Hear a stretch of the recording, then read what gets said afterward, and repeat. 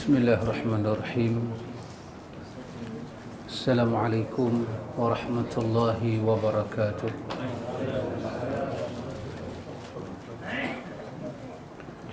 Innal hamdalillah nahmaduhu wa nasta'inuhu wa nastaghfiruh wa na'udzu billahi min shururi anfusina wa min sayyiati a'malina. من يهده الله فلا مضل له ومن يضلل فلا هادي له أشهد أن لا إله إلا الله وحده لا شريك له وأشهد أن محمدا عبده ورسوله اللهم آتي نفسي تقواها وزكيها أنت خير من زكاها أنت وليها ومولاها أما بعد. Ikhwatul iman, ikhwatu fiddin, a'azakumullah wa uhibbukum fillah. Alhamdulillah, summa alhamdulillah. Alhamdulillah ikhwatul iman, kita sambung majlis ta'lim ini. Ini adalah simbol Ahlus Sunnah. Ahlus Sunnah adalah orang yang suka duduk majlis ta'lim. Kita sibuk macam mana ikhwan, kita macam mana sekalipun mesti ada masa kita duduk majlis ta'lim. Mesti ada masa.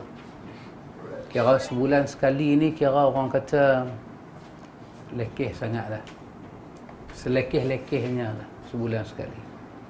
Kita, keluarga kita, anak-anak kita mesti duduk majlis ta'lim. Usahakan. Usahakan. Lepas itu kita akan tengok ketika Nabi buat majlis ilmu, Hasan Hussein berlari, Nabi tak kisah. Bukan kata majlis ilmu, khutbah. Kita cuba budak lari khutbah. Kira jemaah kita ulang balik. Kenapa ikhwan? Kerana sebahagian insan kalau kita kata ke dia, awak mari ke majlis ilmu, anak jangan bawa, isteri jangan bawa, susahlah dia. Dia kena bawa. Bila dia bawa, kerana budak-budak tu kita kena terima lah. Kita tak boleh nak mengaji dalam suasana yang no silent. Budak-budak tak riau, handphone menyala. Handphone wik sekali lagi kan. Tapi simbol Ahlus Sunnah ikhwan, mereka suka kepada majlis ilmu. Al-Ibanah ikhwan, muka surat berapa Pak Mek? Muka surat 236.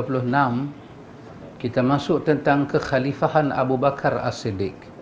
Ini tajuk yang akhir daripada buku Al-Ibanah.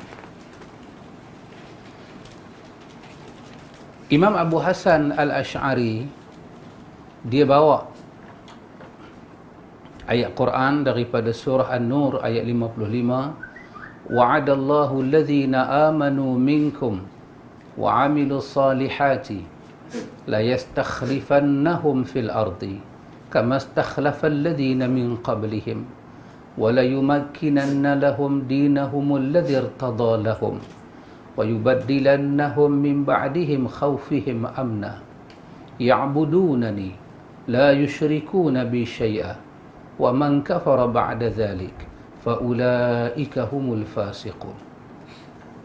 Dan Allah telah berjanji kepada orang-orang yang beriman di antara kamu dan mengerjakan amal-amal saleh bahawa dia, yakni Allah, sungguh-sungguh akan menjadikan mereka berkuasa di bumi, sebagaimana dia akan meneguhkan bagi mereka agama yang telah diredainya untuk mereka, dan dia benar-benar akan merubah keadaan mereka sesudah mereka berada dalam ketakutan menjadi aman sentosa. Mereka tetap menyembahku, kata Allah, dengan tiada mempersekutukan sesuatu apapun denganku. Ini ikhwan ayat 55 daripada surah An-Nur. Imam Abu Hasan letak sebagai mukadimah tajuk ini untuk menunjukkan ayat ini, untuk menunjukkan keredaan Allah kepada orang-orang mukmin.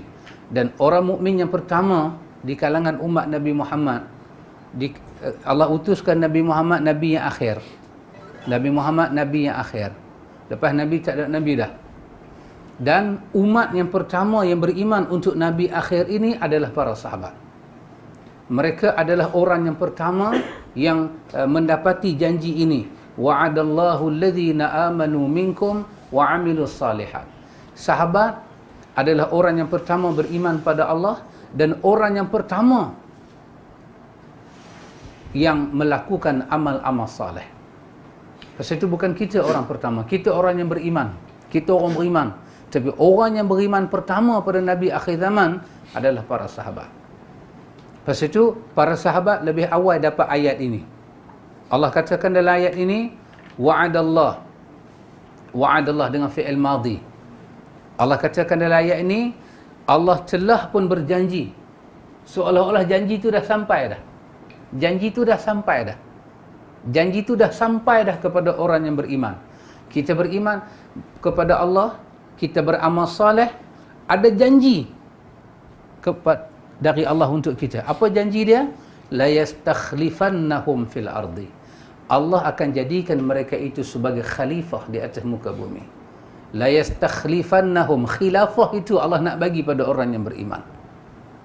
Di sini ada dua perkara. Yang pertama, kewajipan orang beriman mengambil khilafah itu daripada orang yang tidak beriman. Bila orang beriman tengok sistem pemerintah dibuat oleh orang yang tidak beriman, orang beriman tak boleh duduk dia. Orang beriman kena buat sesuatu supaya khilafah ini, amanah menjadi pemerintah itu jatuh kepada orang yang beriman. Tak kira lah siapa pun, janji dia beriman kepada Allah, dia layak dapat khalifah. Yang kedua dalam ayat ni, janji orang beriman akhirnya akan duduk di atas. Dunia akan jadi muak, dunia akan jadi bosan, dunia akan jadi fed up dengan orang yang tak beriman memerintah. Ada betul ya tak? Ya, betul. Muak dah, kita muak. Orang yang duduk di negeri Pasir Dua Butir ni, muak dah. Muak dah. Lepas satu benda main satu benda, lepas satu hal main satu hal, muak. Akhirnya orang bertanya, di mana keadilan? Mana hak manusia nak hidup ni, mana dia? Hari ni tak ada duit, tak boleh hidup. Hari ni tak ada duit, tak boleh mati. Mati pun ada package. Hari ni kubur, orang tak panggil tanah kubur, orang panggil taman.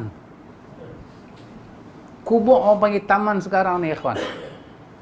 Di design kubur jadi taman, dan harga satu kubur taman itu puluh ribu. Mungkin Ustaz Abu Talib boleh cerita dengan kita bagaimana orang-orang Cina membeli tanah untuk mati. Bukan sikit. Mukmin dalam disiplin perjalanan mukmin, ikhwan, tidak demikian. Nabi kata Allah laknat orang Yahudi dan Nasara kerana menjadikan kubur orang soleh mereka, kubur para anbiya mereka sebagai tempat sembahyang lepas Nabi itu mati. Allah laknat. Allah laknat. Bagaimana kubur nak diangkat tarah menjadi mahligai. Satu masa nanti, ikhwan, antum akan tengok dunia akan bosan dengan orang yang tidak beriman kepada Allah. Dunia akan bosan. Ayat Quran yang kita baca ini, Allah kata wa'adallahu alladhina amanu minkum. Kelebihan orang yang beriman, dia percaya kepada Allah. Dia percaya pada hukum hakam Allah. Apa yang Allah suruh buat, dia akan buat. Dan Allah sentiasa menjanjikan yang baik untuk hamba-hamba dia. Innallaha la yukhliful mi'ad. Kemudian Allah janji pada orang yang beriman daripada kamu, wa amilus salihat, dan beramal saleh. Para sahabat orang pertama beriman, para sahabat orang yang pertama mengerjakan amal saleh.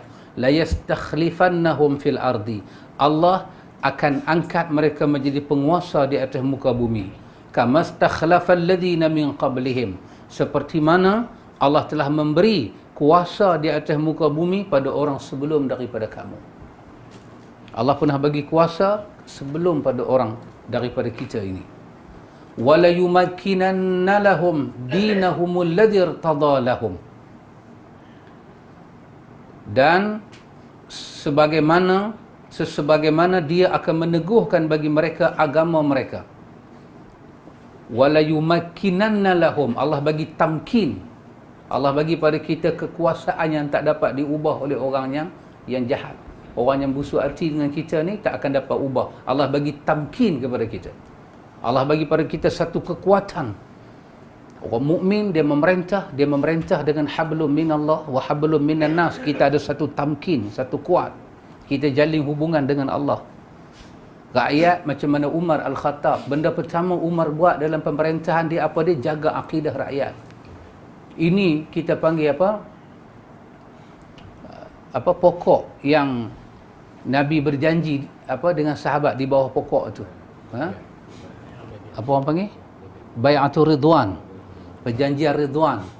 Bila sebahagian sahabat kena tangkap di Mekah, termasuk Osman kena tangkap di Mekah, Nabi berada di bawah pokok itu. Nabi minta bai'ah daripada sahabat supaya kita ini tetaplah, jangan takut dengan ujian. Sebahagian sahabat kena tangkap di Mekah. Semua letak tangan atas tangan Nabi. Tiba-tiba Osman tak ada. Nabi angkat tangan Nabi, Nabi kata hadza yadun Osman, ni tangan Osman. Tiba-tiba Allah turunkan ayat yadullah fawqa aydihim. Tangan Allah juga di atas tangan mereka. Maka semua sahabat yang berada di bawah pokok itu seluruhnya tidak akan disentuh oleh api neraka. Tidak akan disentuh oleh api neraka. Di zaman Sayyidina Umar Al-Khattab, apa jadi pada zaman Sayyidina Umar Al-Khattab? Anak-anak para sahabat ni yang tak pernah tengok Nabi ni, depa duk main, depa dah sampai ke pokok tu. Mak ayah depa cerita apa yang ada pada pokok ni zaman hari tu. Anak-anak para sahabat ni pergi ambil pedang, depa gantung kat pokok tu nak ambil berkat. Gantung nak ambil berkat. Sayyidina Umar tengok, Sayyidina Umar tanya, ni awak ni, pokok ni bukan pokok ada buah pun, pasal apa tiba-tiba keluar pedang? Dia kata, ni adalah anak-anak kita, mereka duduk main-main, mereka gantung pedang nak ambil berkat. Umar tengok, cuma Umar takut. Apa Umar buat? Umar arahkan sahabat tebang pokok itu. Tebang pokok itu.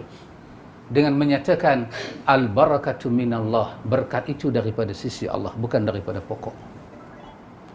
Hak pemimpin menjaga akidah rakyat. Wajib ikhwan. Kalau rakyat tak makan, kita boleh faham. Rakyat tak minum, kita boleh faham. Bolehlah sama-sama kita ini. Tapi kalau rakyat buat syirik, pemimpin akan diheret di hadapan Allah. Ya, akan diheret. Anak kita ikhwan, anak kita ini, kullukum ra'in wa kullukum mas'ulun ar-ra'iyati. Hadis Bukhari Muslim. Kamu adalah pemimpin, ra'in, penggembala. Nabi sifatkan kita dengan keluarga macam mana satu orang menggembala kambing. Sifat tu sama, nak kepung, nak jaga, sama Nabi kata. Kullukum ra'in, kamu ni penggembala. Wa kullukum mas'ulun ar-ra'iyati. Setiap penggembala akan ditanya di atas benda dia gembala. Kita ikhwan, sebelum anak kita akhir balik, lepas dia akhir balik, dia ada hidup dia. Bila dia besar, dia ada hidup dia. Tapi sebelum dia mencapai hidup dia, apa yang kita ajak dia, itu akan dituntut oleh Allah. Surah Luqman, Allah bagi tahu apa kena buat. Walaqad atayna Luqman al-hikmah. Luqman ni sangat hikmah dia. Mungkin dari situ orang panggil Luqmanul Hakim. Luqmanul Hakim, Luqman yang bijaksana, ada hikmah. Dia panggil anak dia, wa huwa ya'izuhu. Dia nak bagi bimbingan pada anak dia, nasihat. Apa dia kata? Ya bunayya, anaknya ayah sayang, la tusyrik billah. Pendidikan awal, jangan syirik kepada Allah. Jangan syirik pada Allah. Ya ikhwan. Pendidikan awal. Satu orang naik jadi pemimpin. Kita dengan keluarga kita pemimpin. Sebelum anak kita besar, reti satu campur satu, dua, reti darat, bahagi, tolak semua. Dia kena tahu dia ada Tuhan yang bernama Allah dan dia tak boleh sembah benda lain kecuali Allah dan dia tidak boleh buat syirik kepada Allah. Itu pendidikannya awal. Tak kalau ikhwan, bila anak kita besar, hidup dia jadi caca marba, Tuhan akan tanya pada bahagian yang kita cuaikan, yang telah kita cuaikan. Kita kata anak saya dah 40, 45, tengok perangai macam setan. Maka kita akan dihisap pada bahagian yang kita dituntut didik dia dan kita tak didik. Mungkin 40 tahun bukan kesalahan kita. Dia sendiri ada hidup dia. Tapi sebelum dia akhir balik, yang Nabi kata 10 tahun kena pukul, 10 tahun pisah tempat tidur anak, 7 tahun suruh semayang. Luqman kata didik anak, ya bunayya la tusyrik billah. Ya, hadis Bukhari, Nabi ajak Abdullah bin Abbas, bila dia makan dengan tangan kanan, Nabi kata tidak. Nabi kata dengan dia makan dengan kiri, Nabi kata mulakan dengan kanan. Mulakan dengan bismillah. Hak tu mana? Hak tu mana? Yang kita baca baru ni daripada fitrah. Daripada fitrah. Apa Nabi kata daripada fitrah? Bulu ketiak cukur. Apa daripada fitrah? Kuku potong. Apa daripada fitrah? Bulu ari-ari potong. Apa daripada fitrah? Bersunat. Apa kita belajar baru ni? Bersugi. Ya. Bagi tak kepada anak-anak? Kalau kita tak bagi, anak kita besar, bila dia umur 25, 26 baru kita nak bagi, lepas tu dia lawan. Lepas tu kita kata, tengoklah budak-budak hari ni lawan. Bahagian dia lawan, bahagian lain. Tapi bahagian yang kita cuaikan dulu, kita akan dihisap oleh Allah. Demikian pemimpin. Demikian pemimpin. Anak kita adalah anak kita. Tapi pemimpinnya sediakan sekolah. Anak kita, pemimpinnya sediakan sekolah. Rendah, sekolah menengah, universiti, kolej, pengajian-pengajian tinggi, apa diajar di sana? Allah akan heret pemimpin-pemimpin ini, dia Allah akan tanya tentang akidah mereka, tentang ibadah mereka. Kurang-kurang 3 benda kita akan ditanya dalam kubur. Man rabbuka, wa ma dinuka, wa man nabiyuka. Tak boleh lepas punya pendidikan ini, ikhwan. Dan Allah akan, dan malaikat akan kata dalam kubur, hal daraita wala talaita. Hang tak ada masa nak belajar dan hang tak pernah ambil tahu, dan akan dipukul mayat itu di antara dua telinga dia dan pecah muka dia masuk ke dalam, tidak didengar oleh jin dan manusia. Ikhwan, satu orang mukmin dikatakan mukmin pasal apa, ikhwan? Pasal dia sembahyang sajakah? Tidak, pasal akidah. Pasal tu ahlu sunnah dengan bukan ahlu sunnah, pertama sekali nak tengok macam mana. Hak ni kita kata ahlu sunnah, hak ni kita kata bukan ahlu sunnah. Kita lihat pada akidah, bukan lihat pada sembahyang lagi. Nombor 1 akidah. Kenapa? La ilaha illallah. Bahagian sembahyang, Muhammadun Rasulullah. Sembahyang macam Muhammad. Nombor 1 akidah. Kemungkinan orang ahlu sunnah tak sampai sifat salat Nabi pada dia. Dia sembahyang macam mana, apa dia tahu. Tapi akidah dia macam mana? Kita tanya pasal Allah. Kita tanya pasal sifat Allah. Rububiyah, uluhiyah, asma' dan sifat. Dia jawab. Maka akidah dia, akidah ahlu sunnah. Ahlu sunnah lah dia. Tapi kalau dia sembahyang pun nampak macam ada dalam hadis, bila tanya pasal akidah, dia jawab ke lain. Dia bukan ahlu sunnah. Ahlu sunnah dinilai pada akidah. Kerana tu di sisi ahlu sunnah, akidah tidak ada khilaf. Tapi fiqh-fiqh ahlu sunnah ni ada khilaf. Ahlu sunnah meraihkan semua khilaf-khilaf fuqaha ini diterima. Maka orang mukmin yang akidah dia elok dan amal soleh dia elok, Allah janji nak bagi pada dia tamkin, kekuasaan di atas muka bumi, kerana Allah redha dengan agama mereka. Lepas tu Allah janji apa dia? Wala yubaddilannahum min ba'dihim khawfihim amna. Bacaan dia amna, jangan silap nah. Apa dia? Dan Allah benar-benar akan buat wala yubaddilannahum, dan pasti Allah akan ubah bagi mereka. Allah ubah apa dia? Min ba'di khawfihim. Sebelum orang mukmin dapat kuasa, mereka hidup dalam ketakutan. Amna, Allah bagi pada mereka keamanan. Tengok, keamanan didapati dengan akidah dan amal saleh. Kalau orang tu tak ada akidah, dia tak boleh faham makna aman. Dia tak boleh faham makna kedamaian. Tak boleh. Akan datang orang bisik kepada dia, dia akan bagi pelingkup keamanan. Orang mukmin, dia boleh faham makna aman. Pasal itu, kerana itu dikatakan, ikhwan, sejarah kota Baghdad. Ketika kota Baghdad di bawah pemerintahan Islam, Kristian boleh menulis Bible dengan hebat. Dan Bible dipasarkan. Tapi ketika Baghdad tumbang, orang Islam dah tak boleh baca Quran. Orang Islam boleh bagi aman pada orang bukan Islam.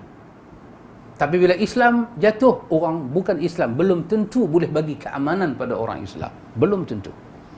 Islam boleh bagi aman. Zaman kita baca dalam Bidayah wa Nihayah Ibnu Katsir, zaman ajaran Kristian begitu hebat dipasarkan di seluruh dunia ketika Islam conquer dunia. Islam bagi hak mereka berdakwah. Cuma Islam tegakkan hujah. Produk mereka banyak nak dipasarkan tapi tak popular. Imam Ghazali cerita dalam Ihya di bawah bab i'tiqad, Abdullah bin Abbas kata, keluarlah Mu'tazilah, jangan bersembunyi. Dia suruh Mu'tazilah ni keluar. Sebutlah ajaran kamu dan aku akan sebut apa yang aku tahu daripada Nabi. Begitu cara orang beriman. Tapi cara orang tak beriman, tak boleh. Cara itu kapten yang kata, bukan saya kata. Cara orang tak beriman lain, ya kawan. Cara Mu'tazilah lain. Mu'tazilah begitu banyak di kota Baghdad, dia tak boleh lawan satu hujah Imam Ahmad. Apa dia buat? Dia tangkap. Itu. Dia tangkap Imam Ahmad. Dah ditangkap, dipukul. Dah dipukul, diberi pen, diberi retas, disuruh tulis fakta yang salah dan nak suruh cakap depan khalayak ramai. Imam Ahmad kata, tidak mungkin aku buat benda itu. Tapi ahlu sunnah, orang beriman, tidak, ikhwan. Tidak. Kerana itu, Allah janji nak bagi keamanan balik kepada orang yang beriman. Tapi syarat dia apa? Ya'budunani la yusyrikuna bi syai'a. Apa jadi pun kamu tak boleh sembah Tuhan lain daripada aku. Itu syarat.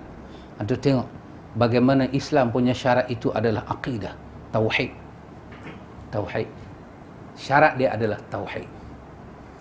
Siapa pun nak masuk dalam bidang, siapa pun teringin nak melangkah kaki masuk dalam dunia politik, tauhid dia kena elok.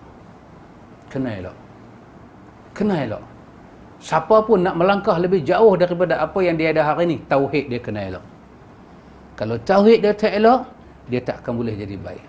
Kita nak anak kita jadi elok, bagi tauhid yang baik pada dia. Allah kata semua ni kamu boleh capai. Ya'budunani la yusyrikuna bi syai'a. Kamu hanya sembah aku saja, tak boleh sembah benda lain. Kemuncak pelajaran akidah, kemuncak kita belajar tauhid untuk apa, ikhwan? Untuk membersihkan pengabdian manusia kepada selain daripada Allah. Mak bersihkan itu. Pengabdian. Ubudiyah. Sebab apa, ikhwan? Ubudiyah, pengabdian hanya boleh diberi kepada Allah sahaja. Kemuncak pelajaran tauhid, dia nak membersihkan ubudiyah hanya kepada Allah, tak boleh kepada makhluk. Pasal itu Quran cerita berulang-ulang kenapa wujud asnam, kenapa wujud Lata, kenapa wujud Uzza. Dan Quran cerita sebab, dan Quran cerita hujah orang-orang yang bawa tokong ni masuk ke Mekah dan mereka sembah. Apa mereka kata? Ma na'buduhum, kami tak pernah sembah tokong-tokong ni semua, illa liyuqarribuna ilallahi zulfa. Kami tak sembah Lata, kami tak sembah Uzza, kami tak sembah ni semua ni, kami tak sembah, cuma sekadar mereka mendekatkan kami kepada Allah. Ikhwan, kemuncak tauhid nak membersihkan pengabdian lain daripada Allah. Pasal itu bila Nabi tengok perkara ini, Nabi kata ad-du'a huwal ibadah. Doa adalah ibadah. Bersihkan doa daripada syirik. Bagi doa itu 100% kepada Allah. Jangan sebut nama orang lain. Pasal itu kepala doa Allahumma Rabbana. Tak ada ya Syekh, ya Fulan. Tak ada ikhwan. Selagi ada benda itu, ketauhidan itu tidak murni dan suci. Allah kata ya'budunani. Kamu hanya kena sembah aku dengan suci bersih. La yushriku nabi syai'a. Jangan hampa semua syirik kepada aku. Oh, jangan ikhwan. Pasal itu Nabi tak benarkan pakai tangkai. Walaupun orang kata ikhtiar, tak. Tangkai kita bergantung sikit lain daripada Allah. Tak murni tauhid kita. Tauhid satu benda yang mesti murni. Kenapa, ikhwan? Kepala syahadah kita, la ilaha illallah. Apa makna la? Mana pakcik kita? Apa? Pakcik Ayub. Ada. Pakcik Ayub duduk jauh. Nak tanya, la tu la apa, Pakcik Ayub? La nahi. La tu la nahi, kabi nahi. Nafi li jinsi. Menafikan semua jenis Tuhan. La.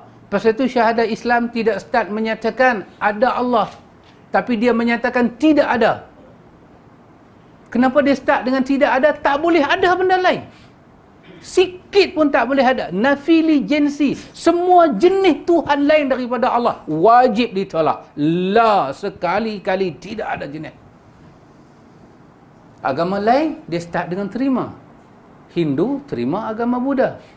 Buddha dan Hindu terima agama Kristian. Apa yang Kristian sebut, Buddha tidak tolak. Apa yang Kristian dan Buddha sebut, Hindu tidak tolak. Pasal itu orang Hindu boleh pergi tokoh Cina boleh datang tokoh Hindu, Kristian boleh jadi Kristian Hindu dan Kristian Buddha. Muslim tak boleh. La. Qul ya ayyuhal kafirun, katalah pada orang kafir, la a'budu ma ta'budun. La a'bud, aku tidak akan menyembah apa yang kamu sembah. Wala ana abid, dan aku bukan ahli ibadat seperti kamu. Ya'budunani wala yushriku bi syai'a. Kamu tak boleh sembah Tuhan lain melainkan aku. Pasal itu tangkai tak boleh, azimat tak boleh, ruqyah yang merapu ni semua ni tak boleh. Pasal itu Allahu ahad, Allahu samad, lam yalid wa lam yulad wa lam yakul lahu kufuwan ahad. Allah itu Esa. Orang Arab bila sebut Esa, dia tahu apa makna ahad. Dia tahu makna ahad. Wahid, yuwahidu tauhidan, dia tahu makna menjadikan satu hanya untuk Allah, menjadikan ibadat itu dituju hanya untuk Allah. Muqaddimah syirik ditolak, wajib ditolak. Pasal itu Allah tolak, Allahu la ilaha illa huwal hayyul qayyum la ta'khudhuhu sinatun wala naum. Sinah pun tak ada dekat Tuhan. Tak usah kata Tuhan tu tidur. Sinah ni apa dia? Penyebab kepada nak tidur. Naum tu tidur terus. Yang kata as-salatu khairum minan naum, tidurlah suruh bangkit sembahyang. Tuhan ni la ta'khuzuhu, dekat Tuhan ni tak ada la ta'khuzuhu, tak masuk rapat dekat Tuhan sinah. Penyebab boleh buat dia tidur, apa letih, tak larat, kerja berat, penyakit, semua tu sinah, tidak ada dekat Tuhan. Kerana dia hayyu, dia qayyum, dia hidup, dia berdiri dengan sendiri. Mesti kita tolak syirik. Tolak syirik tak boleh 95%, 100%. Tolak syirik. Kita ada jiran baik, dia baik dengan kita apa, lebih kurang sebenar apa kuali pak cai, dia nak sembah, dia bagi kita colok tu, dia kata pegang Ustaz, saya nak cucuk. Kita baik, kawan-kawan baik. Pegang Ustaz, saya nak cucuk. Oh, sorry. Dia suruh pegang anak tak apa. Dia suruh pegang anak tak apa. Dia suruh pegang mi semangguk tak apa. Walaupun dalam mi tu kita nampak ada satu macam merah. Tak apa. Itu hanya haram, tak syirik. Makan aja haram, pegang tak haram lagi. Tak syirik. Saya sakit, tolong hantar pergi hospital, silakan. Sahabat ni betul-betul I nak minta tolonglah dekat you. Ni bapak saya dah 3 hari dah nak angkat ni. Tapi depa duk tonceng-tonceng tu tak mai. Boleh tolong angkat keranda tak bulan Rita? Boleh. Tak apa.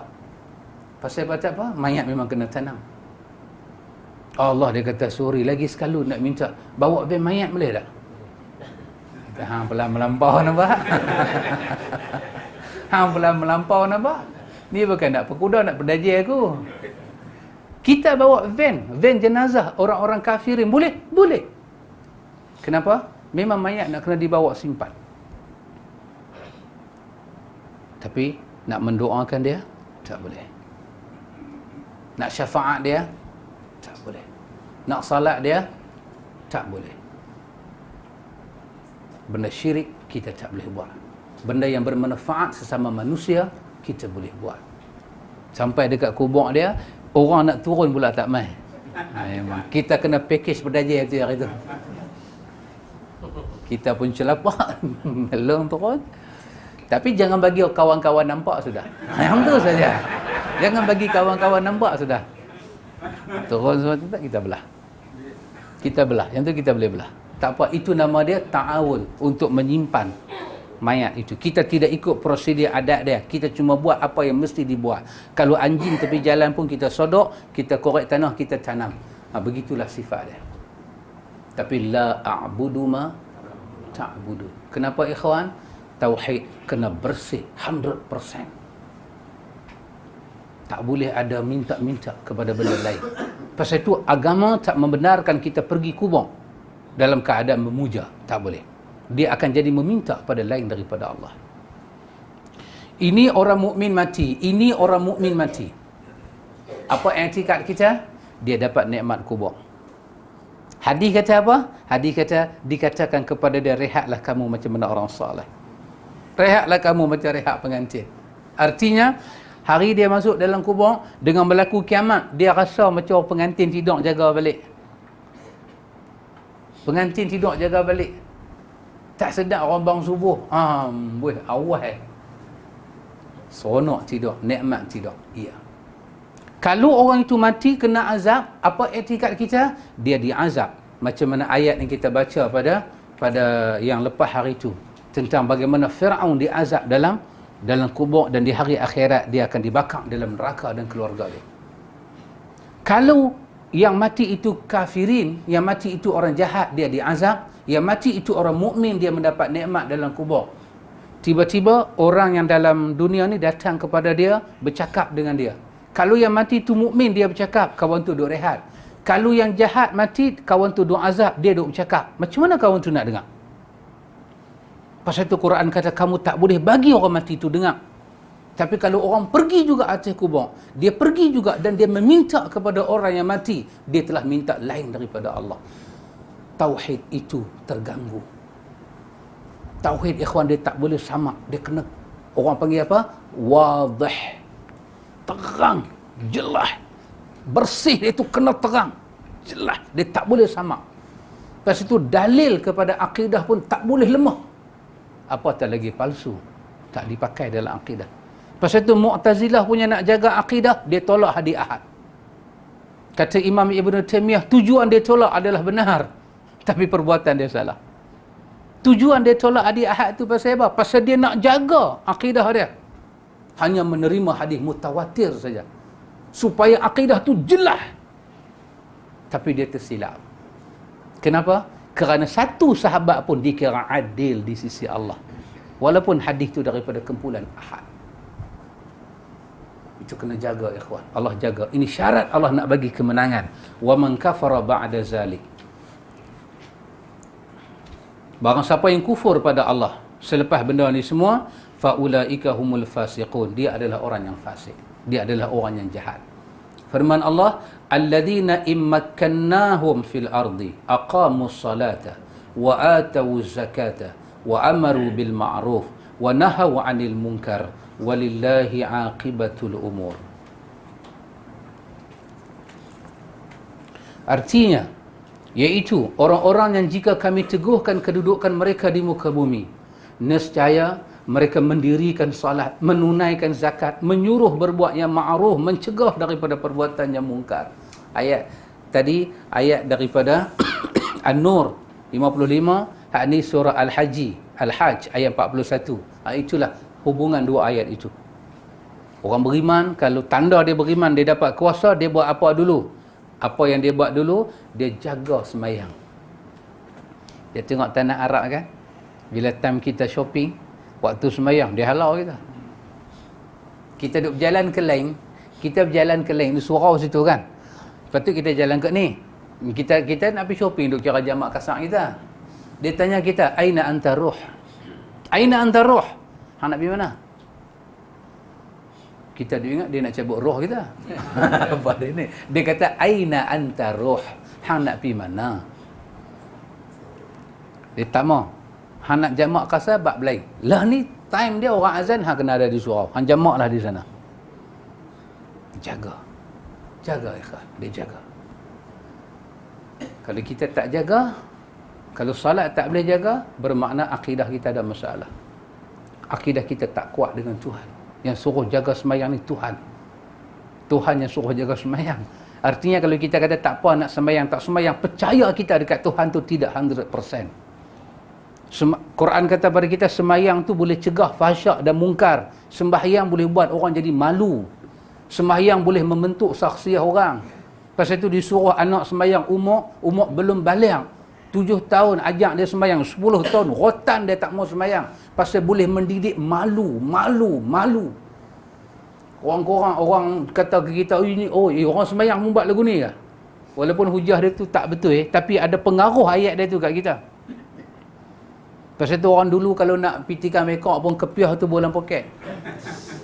Dia malu kat kepiah tu. Walaupun Tuhan tengok dia korang malu, kepiah ni duk pakai sembahyang ni, dia malu. Ambil kepiah tu lipat bolang poket baru pitikan nombor makeup. Lepas tu bubuh balik, start motor pergi buat tak tahu ya. Jadi Cina tu kenal lah dia. Cina tu kata bila dia tengok orang lain tak pakai kepiah, tak tikam megong, Cina kata, ni putih pakai pun tikam, you tak pakai ke? You tak tikam ke? Maknanya ada peranan kepiah tu. Kita duk pakai kepiah abang ambil jalan kat lorong Garu Pondan duk main, abang main lah 50. Dia tak panggil kita. Pasal apa? Kepiah putih. Allah RM2.5, RM3 aja. Tapi Cik Dan tu, dia tak panggil kita. Dia tak panggil. Dia tahu ni orang pakai kepiah tak buat kerja ni. Tak buat kerja ni. Tapi kalau kita buka kepiah, walaupun kita orang baik, dia test market tengok. Dia kata, abang tak apalah abang 60. Abang pula tanya, kena GST tak?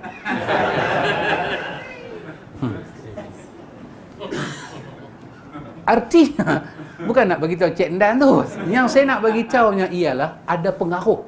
Solat ada pengaruh, wudu ada pengaruh, tutup aurat ada pengaruh. Mesti jaga ya kawan. Mesti jaga hal itu. Maka pemimpin dia akan buat dulu benda ni. Dia orang-orang yang kami teguhkan kedudukan mereka di muka bumi, orang beriman tadi, nescaya mereka mendirikan salat. Mendirikan salat. Menunaikan zakat. Menunaikan zakat, tak ada kecoh zakatnya, tak boleh kecoh punya. Siapa tak bayar zakat, siapa yang tak bagi zakat cukup haul dan nisab, dia berdosa. Allah akan bakar emas dan perak, juruh atas kepala dia di hari akhirat. Orang yang amil ini, amil, dia kita bagi zakat ke dia nak pergi serah pada orang. Dia serah tak betul, dia akan dibakar oleh Allah. Bukan kata kita yang tak bagi kena. Kita dah bagi, amil tak serah zakat pada orang, dia akan dibakar oleh Allah. Pasal apa? Ini memang hak Allah. Zakat adalah rukun daripada rukun Islam. Dan menyuruh kepada yang ma'ruf dan mencegah kepada perbuatan mungkar. Semua ni ikhwan ada kepada sahabat Nabi. Ada pada sahabat Nabi. Kita baca cerita Abu Bakar, kita baca cerita Umar, kita baca khalifah Rasulullah ni, semua ni ada ke mereka. Mereka tidak syirik pada Allah, Allah bagi kepada mereka aman setelah mereka takut. Allah ubah kedudukan mereka yang dihina dulu menjadi kuat, tamkin mereka menjadi kuat. Kemudian mereka suruh dengan sembahyang, mereka beri dengan zakat, mereka suruh kepada ma'ruf, mereka cegah kepada mungkar. Semua ayat ni ada kepada sahabat. Imam Abu Hasan Asy'ari dia himpun ayat ni, lepas tu dia kata sepatah. Dia kata Allah Subhanahu wa taala memuji kaum Muhajirin, Ansar, orang-orang yang telah terlebih dahulu Islam dan orang-orang yang ikut serta dalam Bai'atul Ridwan yang saya sebut perjanjian tadi ni. Dalam berbagai tempat banyak tercantum di dalam Al-Quran yang memuji para Muhajirin dan Ansar radhiyallahu anhum ajma'in. Allah memuji para sahabatnya ikut serta dalam Bai'ah Ridwan. Semua ayat kita baca tentang janji baik ni Allah dah bagi pada sahabat. Abu Bakar dapat, Khalifah Umar Al-Khattab dapat, semua mereka dapat. Semua mereka dapat dan mereka dah tegak benda ni semua. Allah sebut dalam surah Al-Fatah ayat 18, laqad radiyallahu 'anil mu'minina id yubayi'unaka tahta asy-syajarah. Allah kata sesungguhnya Allah telah redha terhadap orang mukmin ketika mereka berjanji setia kepadamu di bawah pokok. Dahsyat ikhwan, dahsyat. Semua sahabat Nabi yang bai'ah di bawah pokok ni, semua sahabat ini semuanya mati dalam iman. Semuanya dipelihara iman oleh Allah. Semuanya terselamat daripada kufur. Sahabat Nabi semua terselamat daripada kufur. Kerana itu Syekh Ahmad Syakir orang hebat. Saudi pilih orang-orang yang layak mendapat apa itu? Anugerah dunia. Syekh Ahmad Syakir mendapat tokoh anugerah dunia. Mati dah dia. Dia buat jasa, dia pergi kaji balik Musnad Imam Ahmad. Musnad Imam Ahmad tu dia kaji balik. Kalau kita kata hadis ni sahih oleh Albani, nama Albani besarlah. Ni Dewan Bahasa Dewan Bahasa berkeluar biografi Syekh Nasruddin Albani. Antum dapat buku tu sebelum diharamkan, dapat cepat-cepat. Pasal banyak orang duk marah Dewan Bahasa Pustaka, macam mana boleh keluar cerita pasal pelingkup umat, dia panggil. Albani ni dia bubuh nama pelingkup umat. Baru keluar, antum dapatkan buku tu. Cerita biografi Albani. Tak silap saya disusun oleh Dr. Azwira kot. Tak silap Azwira no, dia susun balik cerita-cerita Syekh Nasruddin Albani. Syekh Ahmad Syakir pun sama. Syekh Ahmad Syakir dia ambil surah Taubah, satu ayat dalam surah Taubah yang menjadi konflik ayat. Dia keluar, dia bawa riwayat-riwayat berkenaan dengan ayat tu yang menceritakan Sa'labah mati kufur. Dia buat cerita tu. Dia ambil, dia olah balik cerita tu. Syekh Ahmad Syakir olah balik. Sebab semua sahabat Nabi tak ada mati kufur. Macam mana Sa'labah seorang kena? Dan Sa'labah ni pula ahli Badar. Tapi cerita Sa'labah ni hampir ada dalam semua kitab tafsir. Hampir ada dalam semua kitab tafsir. Dia pergi semayang, bini sembunyi belakang pintu. Habis semayang, Assalamualaikum, perup kata dia lari. Pasal apa? Sahabat lain tak lari, duduk, wirid, ratib, baca doa ramai-ramai dengan Nabi, baru balik. Sa'labah ni seorang buat perangai macam ni. Assalamualaikum, perup, lari. Semua pakat duk parti. Satu hari Nabi pegang, tanya pasal apa? Abang, masalah baju, masalah pakaian tak ada. Pasal apa? Punya miskin, punya miskin. Sa'labah ni punya miskin, seolah-olah ketika tu duit zakat ni tak sampai kat dia. Miskin dia macam tu. Nabi ni miskin tapi ada baju lagi. Sa'labah ni miskin, baju tukar dengan bini. Boleh bayang cerita yang sampai pada kita? Bini duduk belakang pintu. Maksud dia apa? Tak cukup, baju tak cukup. Dia pergi, bini duduk belakang pintu sorok, takut orang lintas rumah ni kan, berlubang-lubang orang pergi tengok. Sahabat tak mengendak rumah orang kan, duk mengendak ni kita. Syekh Ahmad Syakir, dia tolong bagi pencerah benar ni. Dia kata tak boleh, Sa'labah tak boleh mati kufur. Dia sahabat dan dia ahli Badar. Ada hadis Bukhari menjanjikan keampunan pada ahli Badar. Maka ayat yang kita baca ni ikhwan, ayat berapa tadi? Ayat 18 daripada surah Al-Fatah. Allah kata apa dia? Allah kata Allah redha kepada orang mukmin idh yubayyi'unaka tahta syajarah. Kepada orang mukmin yang bai'ah setia dengan Nabi di bawah pokok yang sahabat Umar pergi tebang tu. Sambungan ayat tu Allah kata fa'alima ma fi qulubihim. Allah tahu dalam hati sahabat ni ada apa. Fa'anzala sakinata alaihim. Allah campak dalam hidup mereka ini sakinah dan ketenangan. Dalam hati para sahabat ni Allah campak ketenangan. Allah kata wa asabahum fathan qariba, dan Allah balas mereka dengan satu kemenangan yang sudah hampir untuk mereka.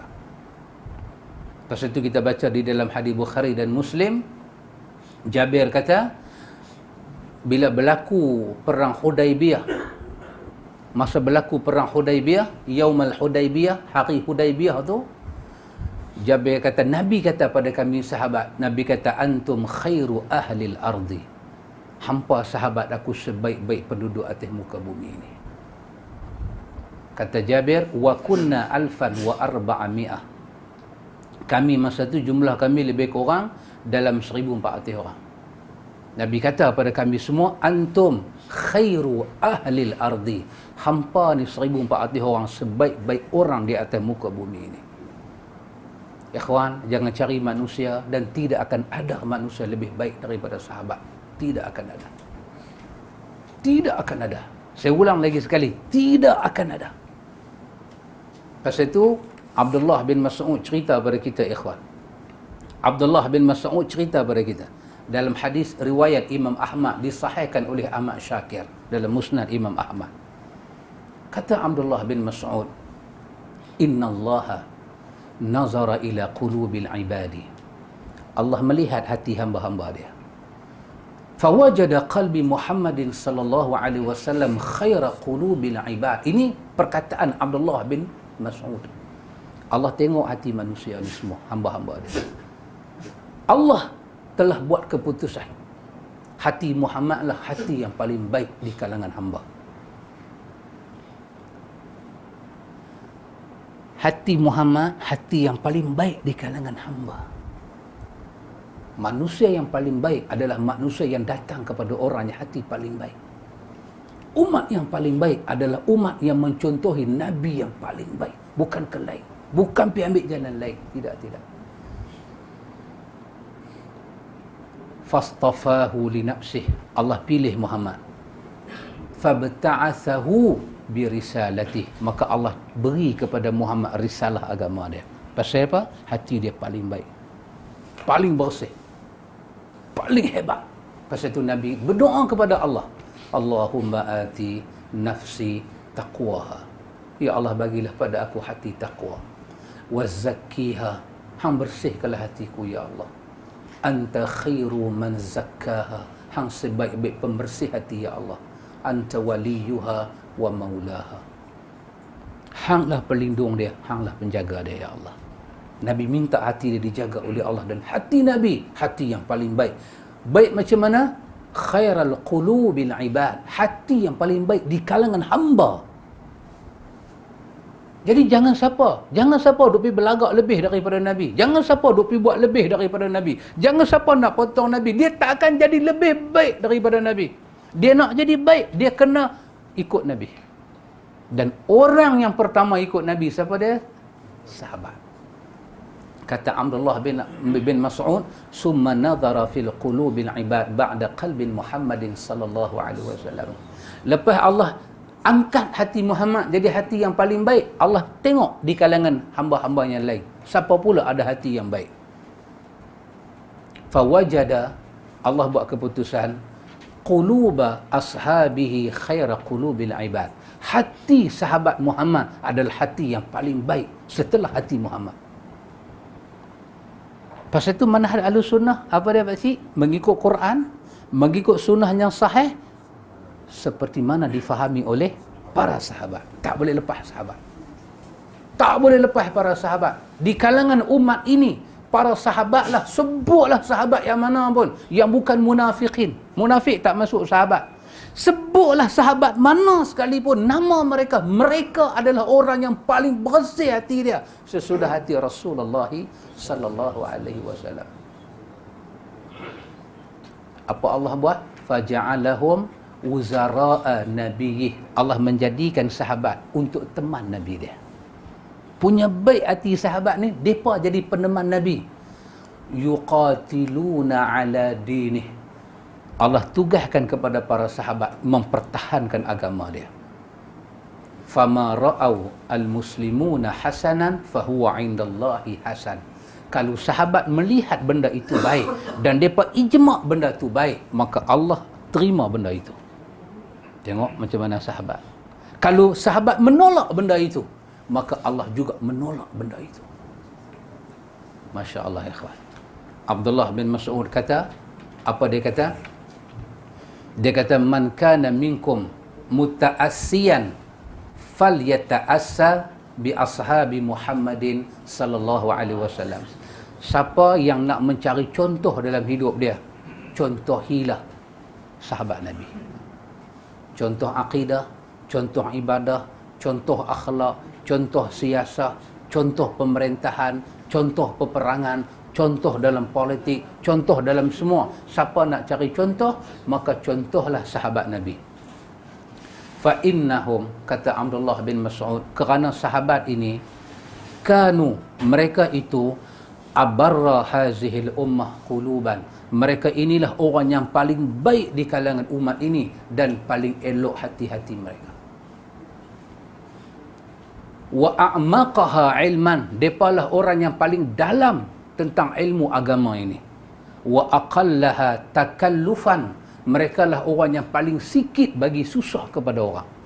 Sikit bagi susah ke orang. Wa aqwamaha hadiyan, depalah orang yang paling lurus mendapat petunjuk Allah. Wa ahsanuha halan, depalah orang yang paling elok dalam hidup mereka.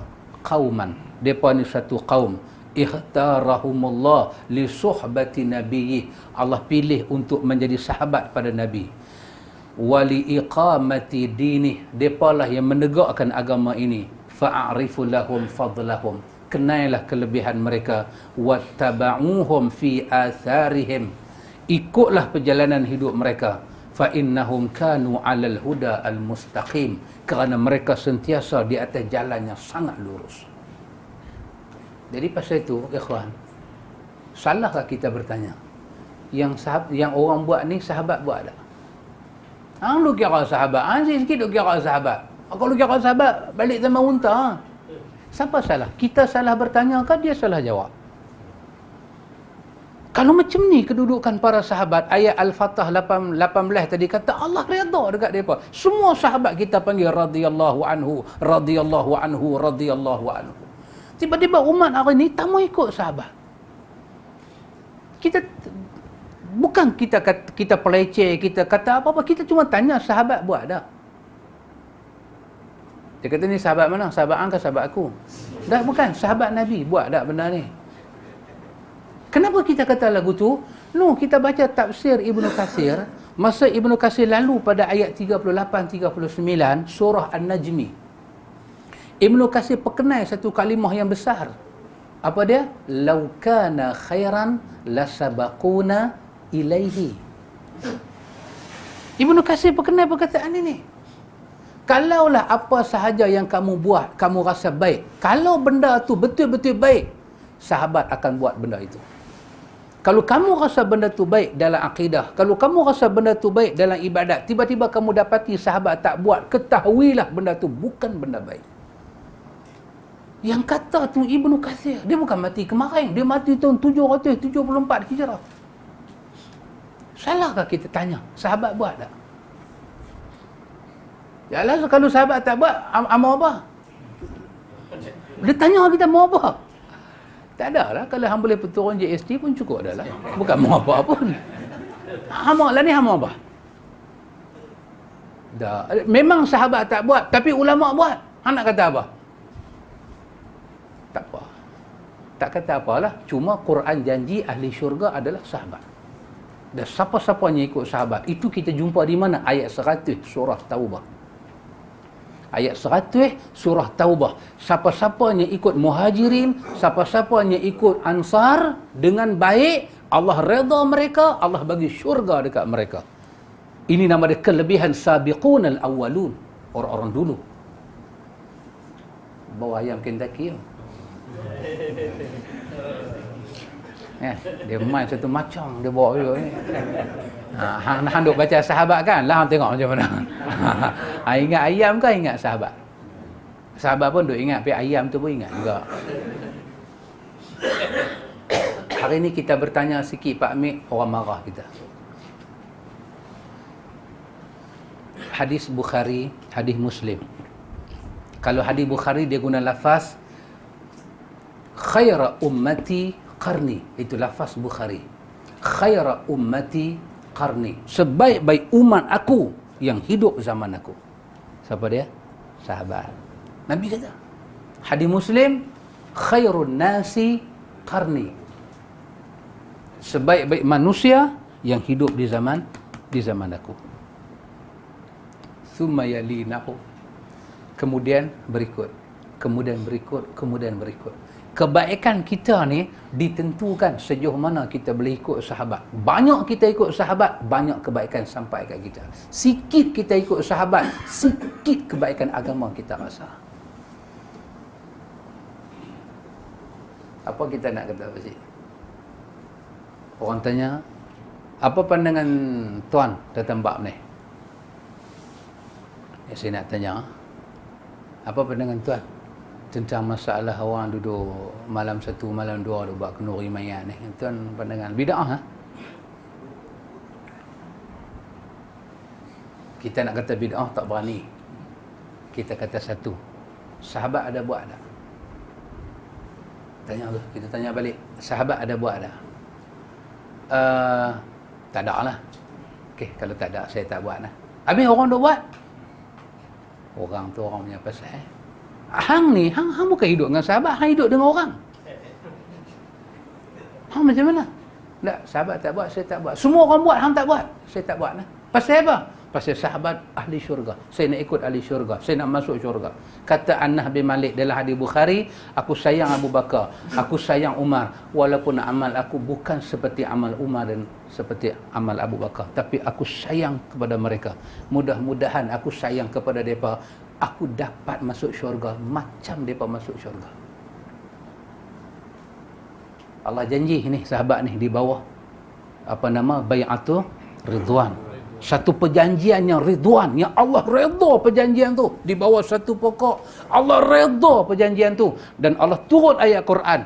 Allah redha siapa-siapa yang iz yubayyi'unaka tahta syajarah. Siapa yang duduk bawah pokok ni berjanji setia dengan kamu. Allah isytihar dalam ayat ni, mereka itu orang mukmin yang mendapat redha daripada Allah.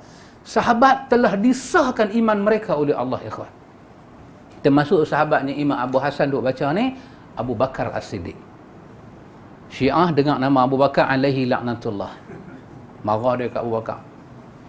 Kita kata tu Aisyah kahwin dengan Nabi macam mana? Itu taqiyah. Nabi taqiyah. Nabi taqiyah dia beritahu. Dah Nabi tahu Abu Bakar jahat, pasal apa dia minta anak dia? Nabi taqiyah, Nabi nak jaga maslahat umat. Tu Abu Bakar pergi jadi khalifah nombor 1 lepas Nabi wafat. Ini semua nama dia pengkhianat.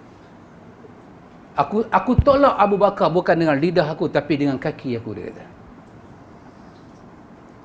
Pasal itu Imam Syafi'i kata, dengan Syiah mana hang nak pergi semayang belakang dia? Tak ada Syiah yang tak mengkafirkan Abu Bakar. Kalau dia tak kafir Abu Bakar, dia bukan Syiah. Kalau dia duduk depan kita, dia puji Abu Bakar, dia taqiyah. Kenapa? Taqiyah ni 19 fi din taqiyah. 90% keimanan berada pada taqiyah. Siapa tinggi taqiyah dia, tinggi iman dia. Apa dia taqiyah? Simpan akidah Syiah dalam hati, sebut di lidah seperti sunnah. Simpan kebencian di hati, sebut suka di mulut. Itu nama dia taqiyah. Makin tinggi kita taqiyah, makin tinggi iman kita. Quran kita belai dengan mereka, kita belai total. Mereka duduk depan kita, dia sengak kita sengak. Kita nak kata apa? Dia sengak kita sengak. Tapi dia kutuk para sahabat, kita tak boleh diam. Dia kutuk orang yang Allah redha. Hatta dia kutuk pak kita pun, kita satu macam melelong dah. Kita kata, beg your pardon please. Hang kata kat siapa? Aku kata kat pak mentua hang. Pak mentua pun pak mentua aku. Beg hang kata kat pak mentua hang, jangan kata kat pak mentua aku. Kasar. Orang kata kat Nabi. Pasal itu Ibn Taymiyah tulis satu buku, pedang yang terhulur mencantas leher orang yang menghina sahabat. Pedang yang terhulur. Surah Al-Ahzab, menyakiti orang yang beriman, menyakiti Allah dan Rasul. Baik. Dan sahabat yang mendapat pujian dari Allah telah sepakat mengangkat Abu Bakar imam yang mereka namakan dengan khalifah Rasulullah sallallahu alaihi wasallam.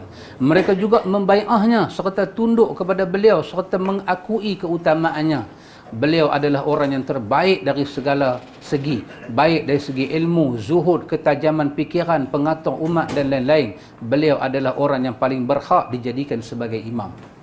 Tak ada orang lebih warak dari sahabat, tak ada orang ada ilmu lebih dari sahabat, tak ada orang lebih saleh daripada sahabat, tidak ada orang kenal agama ini lebih daripada sahabat. Kita semua di bawah. Pasal itu kena ikut sahabat. Ini depa dok mai kat kita, depa cerita apa dia, depa bagi tahu kata ada satu tok syekh ni, Nabi minta izin nak jumpa dia. Itu bayang. Kelakar dengar tu kelakar lah. Kalau orang belum kata kelakar gelak tu macam orang geletek pinggang kita. Tapi dalam duk kelakar tu, sensitif kita tu dia mai. Dia mai rasa benci kita kepada kata-kata yang menghina Nabi sampai setara tu. Tapi saya tak tahu berapa banyak orang bila dengar kisah lagu ni, dia boleh rasa ayat ni meludah Nabi. Roh Nabi minta izin nak mai jumpa ni. Kamjatullah ni. Kamjat betul. Ataupun ada orang nak kata, kita kalau sampai pada satu makam, Nabi boleh minta izin jumpa kita. Bukan kecil punya anak cakap lagu ni, ikhwan. Bukan kecil punya anak cakap lagu ni. Nabi minta izin nak jumpa dia. Dia tu siapa? Oh, ya ikhwan, jangan main-main. Kita tak usah kata Nabi kata ni, Don ni punya kadun kan? Kadun saja kata Pak Amit, boleh nak jumpa mamak tu Ustaz? Oh, Pak Amit kata Ustaz, kadun nak jumpa Ustaz. Oi, pungkak kita besar 2-3 talam. Oi, kita kadun nak jumpa. Kita siapa? Tak tahu kadun mai jumpa, duduk bersila, tanya apa abang. Orang ambil gambar perut-perut, dia keluar internet lah Pak Amit, hangpa tahu siapa dia mamak tu, kadun mai cari dia. Kadun apa sangat dengan kadun ni? Rasulullah. Ya Allah buat turun wahyu kat dia, Jibril sayang dekat dia, dia kekasih Allah, wafat dia agama ni sempurna. Tidak menerima Rasulullah, cacat iman dan akidah kita. Boleh keluar kita daripada agama. Orang yang Allah kasih setara tu, sampai kita kena ucap nama dia dalam syahadah kita. Orang tu minta izin nak jumpa ni, kawan ni. Oh, ikhwan. Orang ni keluar daripada ahli sunnah wal jamaah. Dia boleh keluar bila masa. Tak boleh terima orang ni. Dia kena bertaubat kepada Allah. Kalau dia ucap benda ni ketika sahabat masih hidup, dia tahulah nasib dia tinggi rendah. Dia tahulah nasib dia tinggi rendah. Tapi dia ucap pada 2015 ni, ketika orang dah tak kenal sunnah Nabi. Tak tokoh-tokoh besar dalam agama ni pun, pasal apa Nabi tak boleh jumpa kita? Kalau Tuhan mau. Kan? Dia kata, mana sandaran dia? Tu Yasin kita duk baca. Innama amruhu iza arada syai'an ayyaqula lahu kun fayakun. Semua min kun fayakun.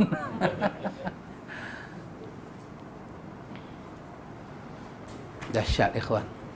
Kebiadaban umat sampai tahap macam tu. Kebiadaban. Baik, dalil-dalil lain menunjukkan Abu Bakar As-Siddiq. Yang tu antum boleh tengok dia bawa ayat-ayat Quran saja. Muka surat 239. Mereka yang enggan. Ni 239 ni dalil ijma' atas kekhalifahan Abu Bakar. Di antara dalil yang menunjukkan, membuktikan kesahihan khalifah Abu Bakar As-Siddiq adalah kesepakatan seluruh umat Islam, bai'ah beliau dan sepakat mengangkatnya sebagai imam serta memanggilnya dengan sebutan wahai khalifah Rasulullah. Semua sahabat masa itu terima Abu Bakar lepas wafat Nabi sebagai khalifah, dan mereka panggil Abu Bakar khalifah Rasulullah. Kita melihat Ali dan Al-Abbas radhiyallahu anhuma bai'ah Abu Bakar dan mengakui kepimpinan Abu Bakar. Jika orang-orang Rafidah berkata, kalau orang Syiah tak terima, orang Syiah kata Ali radhiyallahu anhu secara nas telah ditetapkan sebagai imam. Syiah dia mengikut itulah.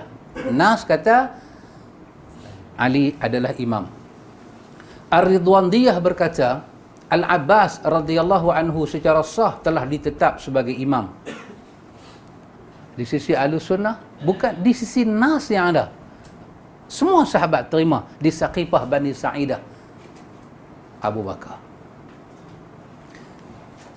Ada sahabat kata, apa salahnya Umar? Ni semua duk bagi cadangan. Dalam mesyuarat ada cadangan. Kan? Apa salahnya kita panggil Abu Ubaidah Al-Jarrah. Cadang. Pasal tu Ahlussunnah bila buat meeting, cadangan bagi ya. Kita buat meeting, ustaz jadi pengurusi. Jangan duk tengok, Allah, lagi aku cakap ustaz, aku segan nak bagi pandangan. Dalam mesyuarat, bagi pandangan. Mana boleh kira ustaz? Kalau macam tu letak ustaz, jangan buat mesyuarat. Kita jadi Syiah. Nakib kata apa jalan? Tak boleh, mesyuarat. Apa?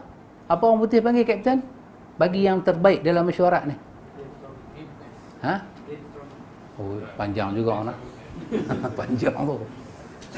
Kita mesyuarat, patahkan hujah kawan. Kita mesyuarat. Hang pandangan lagu mana? Saya ikut ustaz. Mana boleh ikut ustaz? Pandangan bagi. Bagi satu pandangan. Ustaz, saya tak apa setuju jangan ustaz. Ustaz tak boleh kata. Ana al-fadil. Ana al-fadil. Enta nak langgar ana. Enta nak mati kata ke? Ini bukan Syiah, ini Ahlus Sunnah.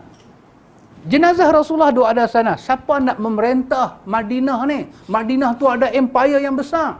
Mekah di bawah Madinah. Rom dan Parsi tunggu masa aja nak jatuh. Nus, pemerintahan Madinah sampai ke Mekah. Siapa nak urus benda ni? Semua kata Umar lah, nampak dia cengih, nampak dia tegas. Orang kata, ni, Abu Ubadah bin Al-Jarrah lah. Akhirnya, bagi pandangan macam-macam. Oh, akhirnya orang kata, Abu Bakar As-Siddiq. Kata dia, ada 3 pandangan tentang masalah ni. Satu, mereka menyatakan bahawa Nabi secara sah telah menetapkan Khalifah Abu Bakar sebagai imam setelah beliau. Mereka berpendapat bahawa secara sah Ali telah ditetapkan sebagai imam. Ni Syiah punya cakap. Mereka menyatakan Al-Abbas adalah imam setelah Rasulullah. Tentang Khalifah Abu Bakar nak duduk di atas ni, pandangan mazhab jadi macam ni. Kata Imam Abu Hasan, satu Ahlus Sunnah Abu Bakar. Syiah dia kata Ali. Satu pandangan hak lain pula dia kata Al-Abbas. Mereka menyatakan bahawa Abu Bakar As-Siddiq merupakan imam berdasarkan kesepakatan kaum muslimin dan persaksian mereka. Kemudian kita lihat bahawa Ali dan Al-Abbas bai'ah Abu Bakar dan menyepakati kekhalifahan beliau, maka bererti Abu Bakar adalah imam setelah Rasulullah berdasarkan ijma' kaum muslimin. Sahabat tak ada masalah angkat Abu Bakar. Semua sahabat tak mau. Semua sahabat tak mau jadi orang besar-besar ni. Pasal itu semua duk cadang kawan ni, duk cadang kawan ni. Semua tak mau. Satu, nak perintah 2 negeri yang barakah. Mekah dan Madinah. Oh, jangan. Bukan negeri ni, bukan. Negeri itu saja sendiri itu dah dipanggil tanah haram dah. Yang kedua, Madinah ni nak disimpan jasad Rasulullah. Dengan apa kita nak perintah Mekah dan Madinah? Dengan ra'yi kita? Tak boleh. Kita kena ada hati yang kuat, ikhwan, dengan sunnah ni. Kuat hati kita. Walaupun badan kita kecil, tapi hati kita kuat. Sekali kita tambat sunnah dalam hati kita, orang turuh jasad kita, hati kita tak keluar daripada sunnah. Hati kita kuat. Tapi nak dapat hati kuat tu, kena kuat. Kita tak sekuat itulah ni. Jiran sebelah aja buat tahlil malam satu, mayat berkeluar asar tadi, lepas maghrib dia panggil. Takkan kita nak tutup lampu setiap kita belah depan mata dia? Apa dia nak kata? Dia boleh telefon 991 ataupun 199. Tak apa, jiran sebelah pun pi. Kita tak kuat. Siapa kuat? Siapa kuat? Sengak dia pun, bisa dia pun menyalak satu perasaan. Fadilat yang Tuhan nak bagi ke dia besar. Besar. Pasal itu ikhwan, jangan sembunyi dengan sunnah. Kita tak buat kerana sunnah nyatakan kepada orang, sahabat saya tak boleh mai. Pasal tidak ada riwayat yang sebut macam ni. Ini ibadat, ibadat mesti mengikut Nabi dan mesti mengikut para sahabat. Saya takat ni. Takat tu saya boleh abang. Dekat jiran saya ke, dekat siapa saya abang takat tu. Dia panggil saya tak pergi, dia tahu. 911 ke 199 tu dia punya pasal lah. Satgi pergi market minta ikan kembung, dia bagi ikan kayu. Dia buat tak tahu.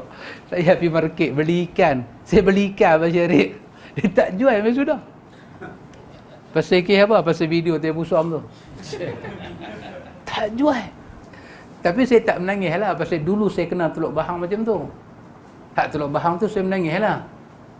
Hak Teluk Bahang tu saya pergi beli ikan. Dia tak jual. Saya balik duk menangis kat bini saya. Oh, dia boleh. Tak apalah, bini saya kata tak jual ikan, belilah ayam. Kan? Hang pergi kerja, hang cakap senang lah aku duk kenal dengan mereka. Ini saya kata, apa susah makan ayam lah. Betul juga kan, beli ayam hak hidup tu, sembelih sendiri, cukup, mati, makan lah. Tapi menangis lah. Hak baru ni tak menangis lah, pasal dulu dah menangis. Kita beli sayur, minta sayur kangkung. Dia sembang dengan orang lain. Sebelum dia tengok video ayat acang tu, dia jual. Lepas dia tengok tu, tak mau jual. Tak apa. Mai Giant beli. Giant jual. Giant beli, Giant jual. Giant tak je cari Nobita. Bukan apa. Ini nama dia. SM Salim kata apa? Inikah dia sandiwara hidup? Di atas pentas dunia manusia berlakon. Ada dengar lagu dia? Kusangkakan apa? Kusangkakan apa? Apa? Ada ingat tak? Sejak duk baca Ibanah ni tak apa ingat. Dia kata apa? Kusangkakan apa? Rupanya tebu tepi bibir. Kusangkakan macam itulah. Apa yang dia sangka tu lah. Kan? Nah. Inilah kata dia sandiwara hidup. Baik. Tak seorang pun boleh menyatakan sebenarnya secara batin Ali dan Al-Abbas tak setuju akan pengangkatan beliau sebagai imam. Jika seorang boleh menyatakan ini, bererti tidak sah disebut sebagai ijma' dan tidak ada ijma' kaum muslimin yang sah. Dengan demikian ijma' tidak sah dipakai sebagai hujah. Siapa pun tak boleh kata Ali tak setuju Abu Bakar jadi khalifah, sebab dokumen menunjukkan ijma'. Ijma' maksud dia, kalau ada seorang sahabat tak setuju, tak boleh panggil ijma'. Ijma' ni kesepakatan sahabat terima Abu Bakar. Ijma'. Kalau Syiah kata tak, kita kata tak. Hujah dia tak benar pasal ijma'. Allah Subhanahu wa taala tidak memerintahkan kita Allah Subhanahu wa taala tidak memerintahkan kita beribadah dengan ijma' secara batin, tapi dia memerintahkan untuk beribadah atas dasar ijma' secara zahir. Orang tu dia punya batin, mulut dia kata dia terima, batin dia tak terima, Tuhan tak suruh kita pergi sidik batin dia. Mulut dia itu satu keputusan. Mulut Ali terima Abu Bakar, mulut Abbas terima Abu Bakar, maka kita panggil ijma' telah berlaku. Syiah mai kemudian tak, dia kata Ali sebut dengan mulut, batin dia tak setuju. Hang pun tak ada masa tu. Macam mana hang boleh tahu batin dia tu? Kesepakatan ijma' itu disebut. Dengan demikian maka tercapailah sebuah ijma' dan kesepakatan atas kekhalifahan Abu Bakar As-Siddiq radhiyallahu anhu. Jika kekhalifahan Abu Bakar sah, maka kekhalifahan Umar juga sah, sebab Abu Bakar As-Siddiq dengan jelas memilih dan mengangkat Umar sebagai imam, dan Umar adalah orang terbaik di kalangan kaum muslimin setelah Abu Bakar. Dalam susunan manusia, ikhwan, ini ada dalam kitab Al-Kabair Imam Zahabi, bab ujung sekali, bab jangan mencela para sahabat. Di situ Imam Zahabi sebut apa dia? Di kalangan umat ini, kita umat Nabi Muhammad orang yang paling mulia di sisi Allah. Di kalangan umat Nabi Muhammad, orang yang pertama dominan duduk di atas setelah Nabi Muhammad adalah Abu Bakar As-Siddiq. Bagaimana kita nak muliakan lain orang lebih daripada Abu Bakar? Tak boleh. Tak boleh. Abu Bakar hari-hari masuk Masjid Nabawi, masuk Masjid Nabawi belah kanan makam Nabi, keluar belah kiri makam Nabi, masuk pula belah kanan makam Nabi. Hari-hari khalifah ummah yang pertama ini jumpa makam Nabi, dia tak pernah buat satu khurafat pun depan makam Nabi. Umar duduk macam itulah jadi khalifah hampir 10 tahun lebih. Umar jadi khalifah, hujan tak turun, tak pergi minta dekat kubur Nabi, pergi cari Al-Abbas. Macam mana kita nak pergi jumpa Nabi, kita nak pergi minta bukan-bukan yang orang paling baik di sisi Ahlussunnah ni tak pernah buat. Lepas itu kita bertanya, sahabat buat ke? Lepas Nabi wafat, berhimpun ramai-ramai, lepas tu pakat duduk lambai tangan, tiba-tiba Abu Bakar nampak Umar, pernah buat ke? Tak pernah. Kita tak teringin nak buat, kita tak mahu nak buat dan tak ada hati nak buat. Pasal apa? Mereka ini adalah pemimpin ummah. Allah serahkan agama untuk mereka jaga setelah wafatnya kekasih Allah. Khalifah Osman radhiyallahu anhu setelah Abu Bakar juga sah, hasil pengangkatan majlis syura yang anggotanya dipilih oleh Umar, mereka memilih beliau Osman dan redha terhadap khalifah beliau, kekhalifahan beliau, serta sepakat mengakui kepimpinan dan keadilan beliau. Dengan demikian, kekhalifahan Ali setelah Osman juga sah dari hasil pengangkatan para sahabat yang menjadi anggota majlis yang berwenang mengangkat imam. Anggota syura telah tidak melihat seorang pun yang lebih berhak pada waktu itu selain Ali radhiyallahu anhu. Mereka bersepakat untuk mengangkat keutamaan dan keadilan Ali radhiyallahu anhu. Lepas itu ulama kita kata apa ikhwan? Apa yang berlaku antara Ali dan sahabat lain? Kata ulama kita, lidah ahlu sunnah selamat daripada kufur. Jangan cakap satu lisan yang mencela dan mengheret sahabat keluar daripada iman, tak boleh. Lepas itu muktamad perkataan ahlu sunnah, Ali ahli syurga, Muawiyah ahli syurga, Aisyah isteri Nabi, Ummahatul Mukminin ahli syurga. Mereka telah berijtihad dan mereka semua ada yang mati di kalangan mereka, kesemuanya adalah ahli syurga. Kenapa? Lisan ahlu sunnah tidak akan sebut kecelaan para sahabat, hanya menyebut kedudukan mereka yang tinggi di sisi Allah. Itu lisan ahlu sunnah. Adapun lisan khawarij, sahabat yang berbunuhan sama mereka semuanya kafir, itu lisan khawarij. Lisan Aisyah, siapa yang lawan Ali, kesemuanya kafir. Lisan ahlu sunnah, yang tak mati pada hari itu, yang mati pada hari itu, yang berbalah besar pada hari itu, semuanya ahli syurga. Lisan ahlu sunnah menyebut mereka radhiyallahu anhum. Habis pertempuran tu macam mana? Itulah ijtihad di kalangan mereka. Allah masukkan mereka ke dalam syurga. Lisan ahlu sunnah tak akan sebut kejelekan para sahabat. Lepas itu ikhwan, kita dengar ceramah, kita baca buku menceritakan keburukan para sahabat setelah mereka beriman kepada Allah, kita tak boleh terima. Tak boleh terima. Apa cerita sekalipun. Dalam peperangan antara Ali dan Aisyah, perang Jamal kan? Aisyah mai tentera, Aisyah jatuh daripada kuda. Ali lari pergi kepada Aisyah. Ali kata, bagaimana keadaan kamu Ummahatul Mukminin? Semoga Allah merahmati kamu. Ya.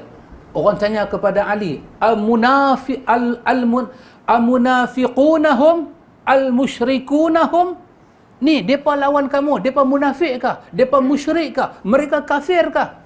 Apa kata Ali? Hum ikhwanuna. Mereka saudara kita yang bangkit melawan kita. Depa saudara kita. Ali tak pernah sebut lain daripada itu. Ini lisan ahlu sunnah wal jamaah. Tak berhak kita mencaci orang yang telah mendapat redha daripada sisi Allah. Ikhwan, kita caci orang yang Allah redha, kemana ayat kita nak pergi? Saya sayang dengan Abang Zul. Atau main sahabat lebih kurang dia kata kat Abang Zul depan saya. Memang kita tak ada hubungan apa, saya bukan menantu Abang Zul. Cara sebut tu Pak Amin. Kan?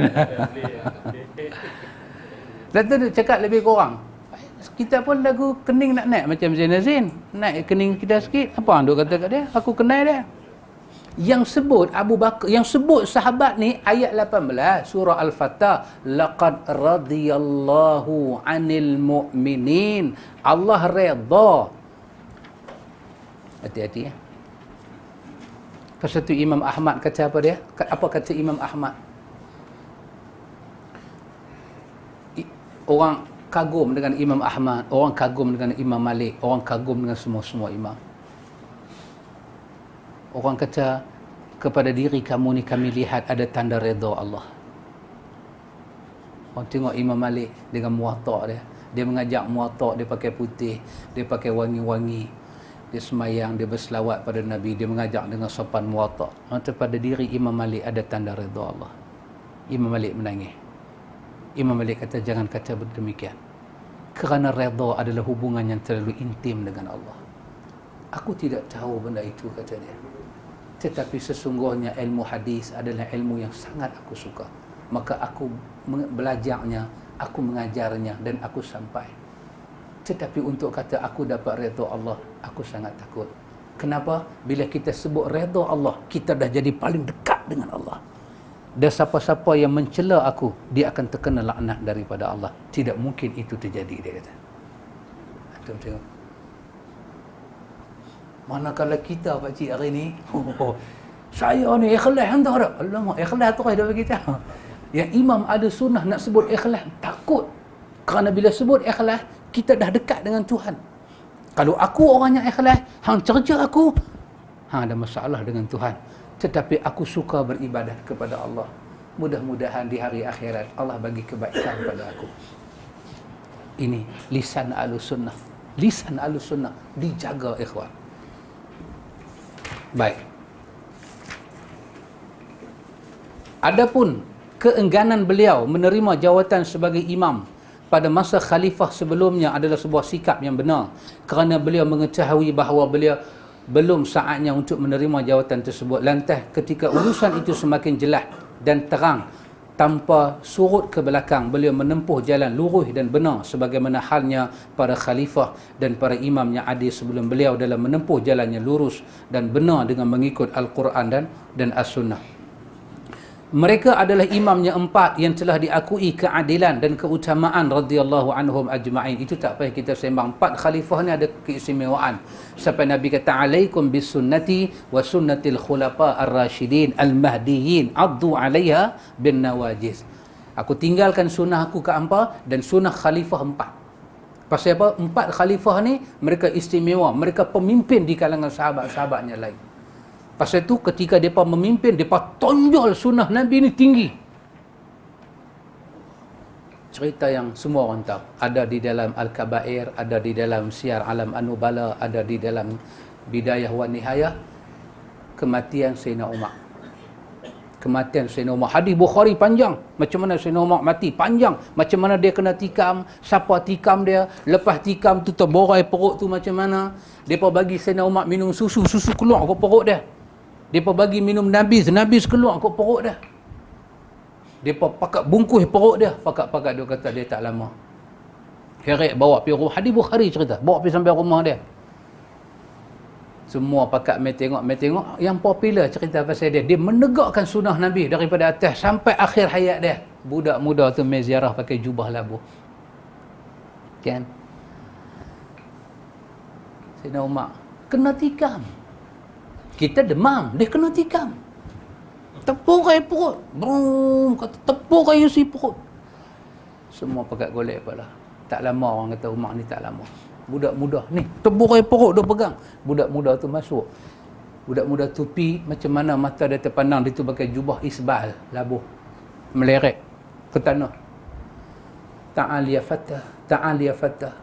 Dia kata, mai sini saya budak muda, irfa' izarak. Angkat jubah kamu naik ke atas. Fa inna Allah la yuhibbu